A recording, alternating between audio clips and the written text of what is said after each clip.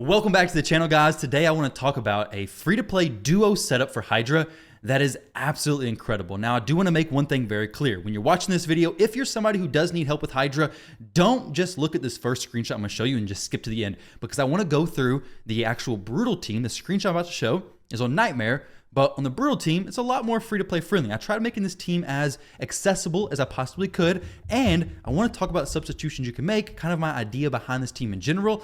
And these two champions, Gnut specifically and Artak, are the incredible duo that I'm talking about. Their damage and the way they deal damage works so well together. I really think that once you add these two champions to your team, if they're not already in the same team, also throw in a Mithrala, and now you have an even better team, but you're going to be definitely improved in Hydra. Now, the screenshot I want to share with you guys is a takeover that I did a few days ago. I do want to say this is not insane Nightmare Hydra damage. Now, I think he was doing Brutal, maybe 2 keys. Sometimes he was doing Brutal. Wasn't for sure how consistent it was, but either way, he wasn't doing Nightmare. So now we got him doing Nightmare, basically full auto. It's like 99% full auto.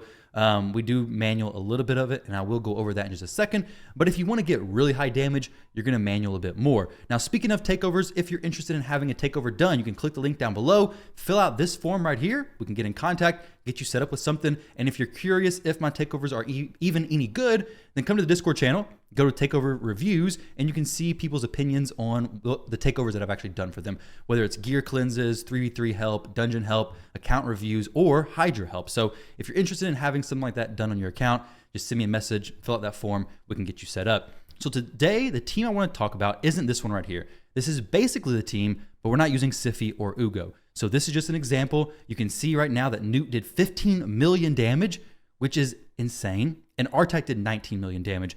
These two champions, like I said, they have a very good synergy in the way they do damage. I want to talk about that more in just a second. But here is the Brutal team that I did. Like I said, this team is not going for no world records as far as damage. This team is made to allow you to auto majority of the fight, manual very, very little of it, and get you that 1 key damage. Get you that 1 key, basically getting the top chest, okay? So if you don't know what 1 key is, there's a quick little refresher here. Go in Hydra, we go to Brutal, we're looking for at least 29.4 million damage, ideally with as little manual work as possible. So I'm gonna let this play for just a second, and I'll talk about some of the stuff that's going on in this fight. Now, this fight right here, this is the rotation, the current rotation, so this team is relevant as of right now. We have these heads. If you go into Hydra right now, you'll see it's the exact same ones. I did this video a few days ago. So Hydra rotation 4, click here. We got Force, Magic, Spirit, Magic. Let's see what it looks like. Okay, we got Force, Magic, Spirit, Magic. Boom, they're exact same heads. Exact same rotation. Currently, it is on rotation number 3, 4? I don't know. Let's see. Rotation number 4. It should work fine on all of them. There may be some substitutions that you make in different rotations, but you can see here the Head of Wrath is Magic and the Head of Wrath is Magic. So there we go. We're on the same page. So we'll watch this run for just a few seconds, but just to give you an idea of what's actually happening and when I would manual this fight just a little bit. So we have Brimstone. Brimstone's helping. We have Ugo placing his increased speed throughout the fight. That also is his res. So if you wanted to, you could manual that, but I do value the increased speed. He's the only champion in this team who brings the increased speed for me, so I have him just using that whenever. I brought in Rectordrath. Rectordrath serves multiple purposes. She serves the purpose of dealing with the Head of Torment. It's not perfect because the veils do fall off, but she deals with the Head of Torment much better than not having any Head of Torment counter whatsoever. So the veils, very, very solid. So she's bringing that. She's also bringing very consistent heals. She also, maybe even the most important part, alongside the veil, I don't know. She just brings a lot of stuff, but this part, the res, is incredible. So she only reses if somebody's actually dead, unlike Ugo, who reses or does his A3 ability whenever he feels like. But Ugo, the reason why we're keeping him is because he brings that decreased attack on the A1 ability.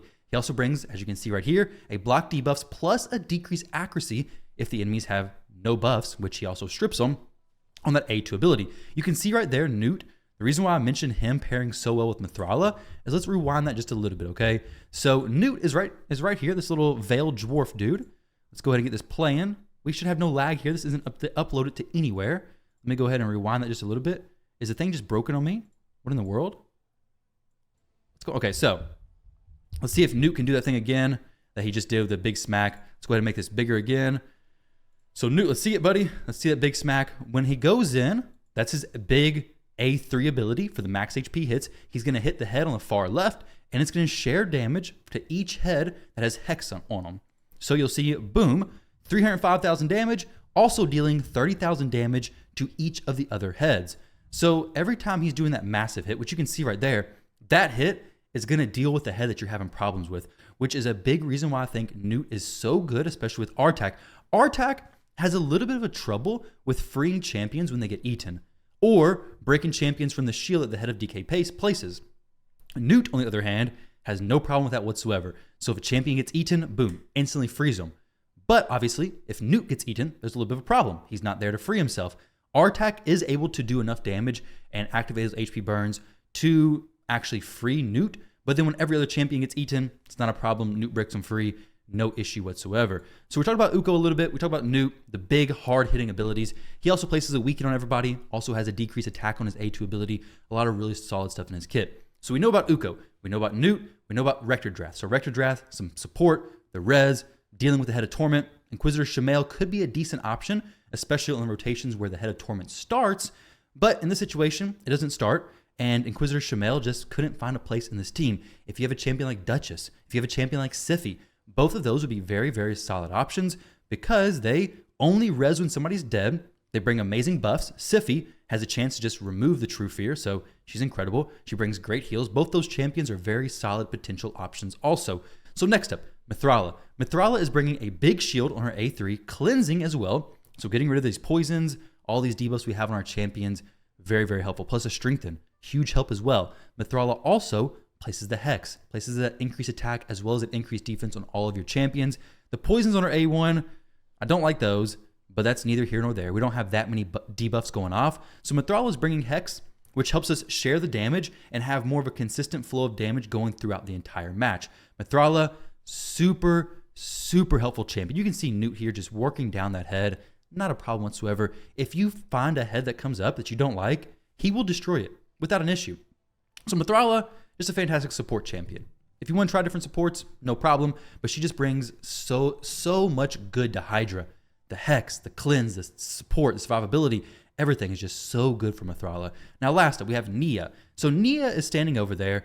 Primarily, the reason why I brought her was for the A1 decreased speed. She also is wearing Provoke plus Retaliation gear. So 2-piece reaction, the rest is Provoke, and she has Revenge accessories as well. So she's counterattacking a lot, keeping the decreased speed up on everybody, which is a very, very valuable debuff to have. The decreased speed on the enemy and the increased speed on yourself is basically required, especially in higher levels of Hydra. So Nia is bringing that, plus the Provoke to deal with the Head of Decay.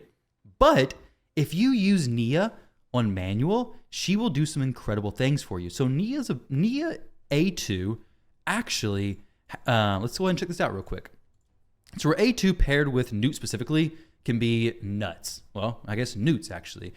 Removes all debuffs from a target ally, then heals them by 40% of their max HP. If the target of this skill is not this champion, decreases the cooldown of all of the target's skills by 2 turns. This means that if you was to turn off this A2 ability, only use it when you wanted to use it, and you did it on manual, you could have Gnut doing his max HP hit extremely frequently. He's in Relentless gear right now, so he's getting extra turns. So he's going to be going through his turns quickly as it is, getting back around to his A3 pretty quick as it is. He's built pretty fast, but if you have Nia also resetting his skills, he is going to be a Hydra wrecking machine. So Nia on manual is incredible, but as you can see, this fight, majority of it, I left it on full auto. So I wasn't using Nia to the most optimal way I could, because most of this fight, like I said, I was leaving it on manual. I didn't really care. You could also reset the res on Uko, because like I said, Uko is using his res whenever he wants. But if somebody dies and you want Uko to use the res right now, just keep Nia's A2 turned off and use it whenever you want to use it. So if you're building a Hydra team and you're struggling having it on full auto, then just turn her A2 off, use it whenever you specifically want. It's not going to be full auto, but you're going to basically be able to auto majority of the fight, 95%. You can just reset the champion skills that you want, target the heads that you want. It's going to be very smooth, especially when the Head of Torment comes up. If champions are doing their AoE skills and they're hitting the Head of Torment, you're getting True Fear. You're running into some RNG stuff, and it's just kind of a messy situation. But you can make Nia deal with that a little bit better. In general, let's go ahead and see what the end result of this run is. We go ahead and finish it off at 31 million damage. I don't know what happened here. Honestly, let's see. I don't remember. Like I said, I was leaving it majority on auto. I didn't really care. I was just wanting to get the 1 key and leaving it there. But you can definitely manual this for significantly more damage. Like Nightmare is definitely possible. You can do this team of Nightmare, and in a second, you're going to see my Rector Drath gear that I didn't realize was irrelevant. Like Rector Drath, it's kind of laughable, honestly. But we ended up maxing out at 30, let's see, I think 32 almost. 30 seconds ahead. Okay, no, let's go back a little bit in time. Okay, the thing's going to mess me up again. Let's see, press play. There we go. 31.92 million damage. Like I said, this isn't going for no world records, but it's a solid one-key brutal team that's basically full auto, using a lot of champions free. Not free. Nia's not free, but she can be replaced with any really decreased speed champion. So they're not going to have that reset on the A2, but Krisk, if you have Krisk, throw him in there in Nia's place. No problem whatsoever. If you have Nekmo Thar, throw him in Nia's spot. No problem whatsoever. If you have Mother Cybele, possibly. Mother Cybele, I feel like it's a little bit redundant because while she does bring the decreased speed, also throw her in Provoke set. She brings the increased defense, which Mithrala already does. Mother Cybele does bring, though, the Revival on Death, which could be good. So really, you're just looking for a champion who does an AoE decreased speed. Champions like Tuhanarok kind of work. She has a debuff spread, but Nia is fantastic. If you have her, definitely use her because her paired with Gnut especially is so good. But then we have Artak. Artak did 10.7 million damage. Now, I'm not sure if I'm really harping on the cool synergy between these two champions enough, but basically Artak is very good for sustained damage throughout the fight. He's not very good for burst damage. So if somebody gets eaten and you have Artak plus maybe another HP burn champion, it's sometimes kind of difficult to free those champions very quickly, especially if your Artak is built like mine, where he's not built to do a ton of damage. He's built for okay damage, but in general, he's not really doing a ton of burst damage. He can activate the burns and do okay amount, but it's not really enough to consistently free everyone. When you pair him with somebody like Gnut, who is very tanky, very sustainable, he's a defense-based champion, and also has extremely high burst damage, it's fantastic because now you have a champion who does sustained damage throughout the entire fight on everybody, AoE, and then you have a champion who can single target the heads that are the most annoying to you, being Gnut, and deal with those. And if you turn on manual, like I said, okay, the head of decay eats Mithrala, boom, Gnut next turn hits the head of decay, frees Mithrala, and almost every situation, unless it's a magic affinity head, Gnut is going to free that champion the first turn that he goes. Like the damage he deals is crazy. Plus the weaken is so helpful because we don't have decreased defense in this team, so having that weaken does help boost his actual damage. And then we have Uko. Uko is sitting there with a lowly 377,000 damage. Obviously, if you take Uko and put War Master on him, my Uko does not have War Master, he's going to do so much better. Hopefully that didn't sound like somebody was just now falling through my ceiling. Somebody fell. I think they're okay. But yeah, that was pretty loud. Either way, we're all good, okay? We're all good. Yeah, we're good. 377,000 damage. Obviously, he doesn't have War Master. And then Rector Drath at the end, she also does not have War Master, 167,000 damage. If they had War Master, the Hex alone would make them do well over 1 million damage each. So that would be another extra 2 or 3 million damage added to this, pushing almost 35 million. Some really weird math there. But either way, look at the heals. 1.3 million for Rector Drath, 2.3 million for Gnut, which doesn't really matter because it's just on himself, 750,000 on Mithrala, and then 771,000 on Nia. Nia has some overheal mechanics, or actually just healing. When she gets healed, she shares the heals. So Nia is honestly such a fantastic champion.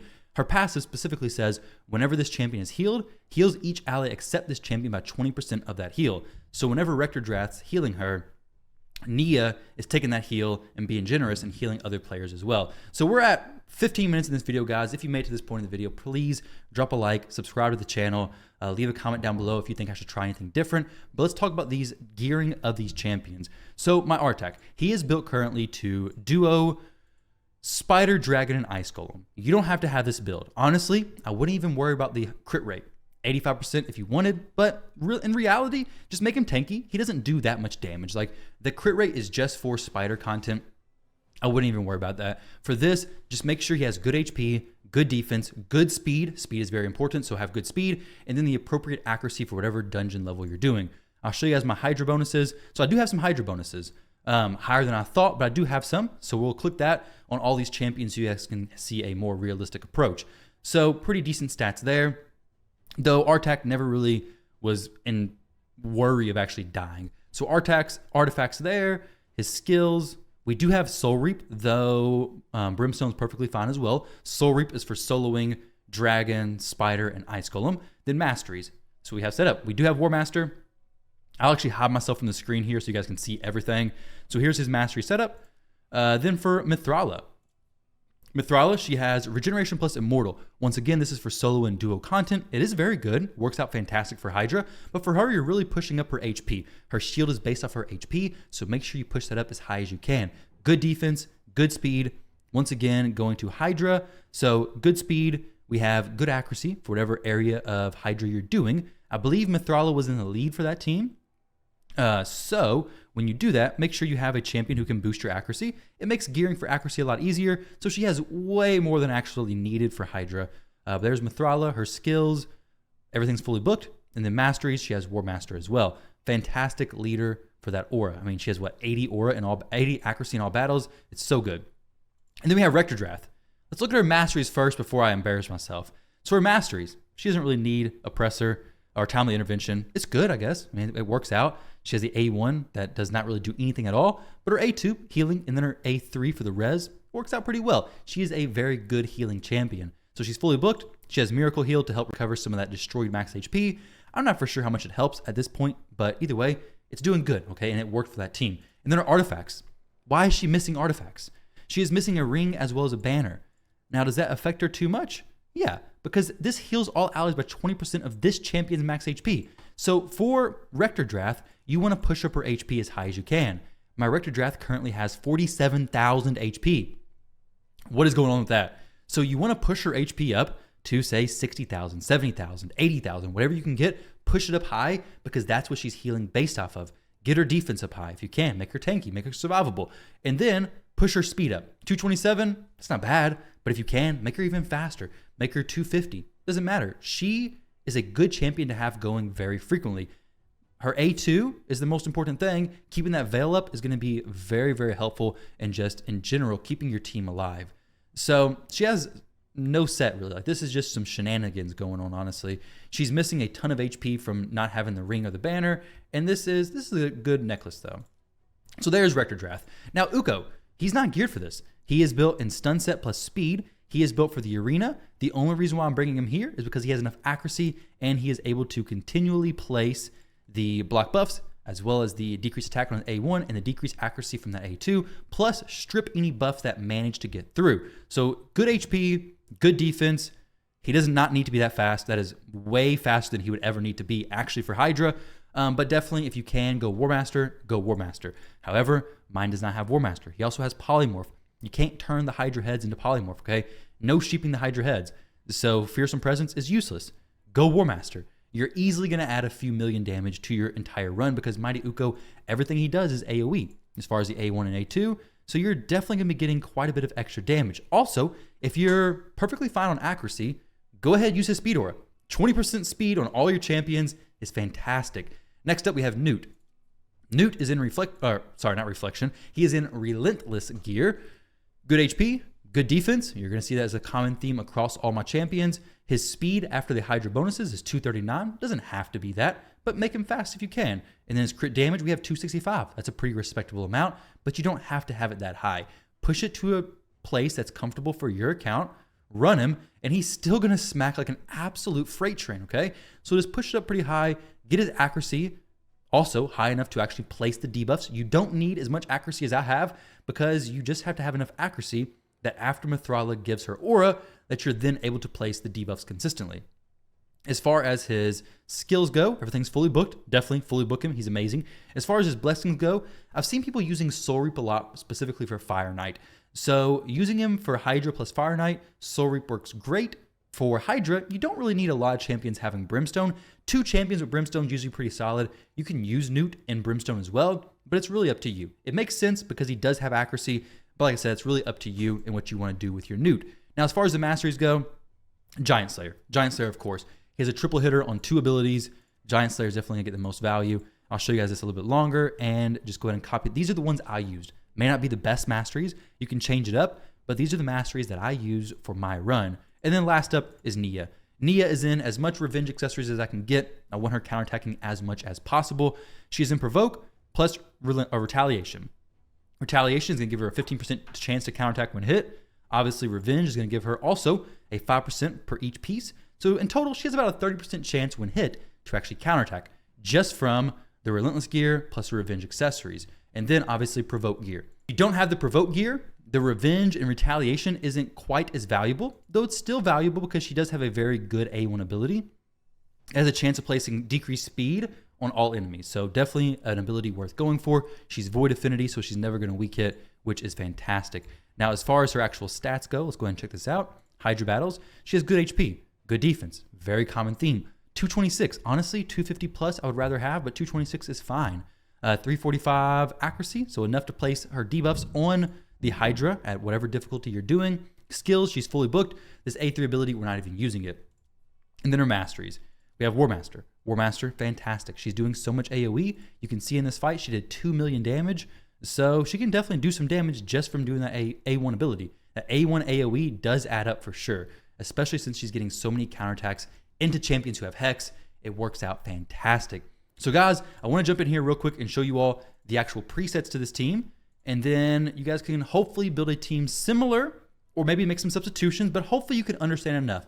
So we're getting Hex to share the damage between Artak, between Gnut, and all the different champions with War Master. We're going with a decreased speed. Decreased speed is super crucial for Hydra. We also have an increased speed for our team. We have a HP burn plus an HP burn activation from Artak. We have Gnut, who can also single target any Hydra heads that are giving problems. So he can just blow them out of the water, destroy them. We have block buffs. Did I already say that? I don't know, but we do have block buffs. Block buffs is incredible. We have decreased attack. Decreased attack is another debuff that you really want to bring. And then we have a support champion who can res without having to have that res being used whenever. Uko, I don't really value his res because if it's turned on, he's going to use it whenever he feels like. And if it's turned off, then you have to manual it. So I do like bringing in another support champion to help deal with the Head of Torment, help deal with reses whenever we want. So as far as the actual presets go, Mithrala, number one, you guys can see it. I'm not going to talk about it. You guys can see it. Mithrala, Nia, Artak, Gnut, Uko, and Rector. So on Gnut, actually no, on Nia, you'll notice we turn off the A3. You don't want ally protection. If you use ally protection on Nia, she will die. She will die protecting her allies. It won't make that big of a difference. She has a weak version of Strengthen, so it's just a wasted skill. I would definitely recommend using just the A2 if you want to auto as much as possible. But if you want to manual and do even more damage consistently, turn this off and only use this when you want to reset, say, Gnut's ability or you need a res. But it does take some more manual work, but it's definitely going to be worth it if you wanted to do that. So guys, hopefully that was a comprehensive enough idea on this team. Like I said, there's another team you guys can kind of reference to. This is basically the same team. Instead of Uko, we have Ugo. So Ugo is bringing extra heals, decreased defense plus block buffs, and a leech on the A1. And Siphi is bringing increased defense, which isn't really a big help. She's bringing the increased speed that Uko was bringing, and she's bringing good heals. She's also bringing the chance to remove the true fears whenever those do get placed. So that's what Siphi's bringing. You can see the damage on this team. Obviously, it's scaled up just a little bit. Gnut doing 15 million, Artak doing almost 20 million, Nia doing almost 3. So the damage is boosted up. This is Nightmare difficulty. So the War Master hits are going to be a little bit bigger than before. So guys, with that said, thank you all very much for watching. If you have any questions whatsoever about this team, let me know down in the comment section below. I thought it was a pretty free-to-play accessible team to go ahead and get you that one key on really whatever difficulty you want. Change the champions as you need. Throw in Duchess, throw in Siphi, throw in Krisk. But yeah, whatever you have, hopefully you can make this team work. The main two champions in this team, I'd say maybe 3, are Mithrala, Artak, and Gnut, and Nia being an awesome Void champion if you have her, but not required. So guys, thank you all very much for watching the video. I hope you enjoyed once again, and I'll catch you on the next one.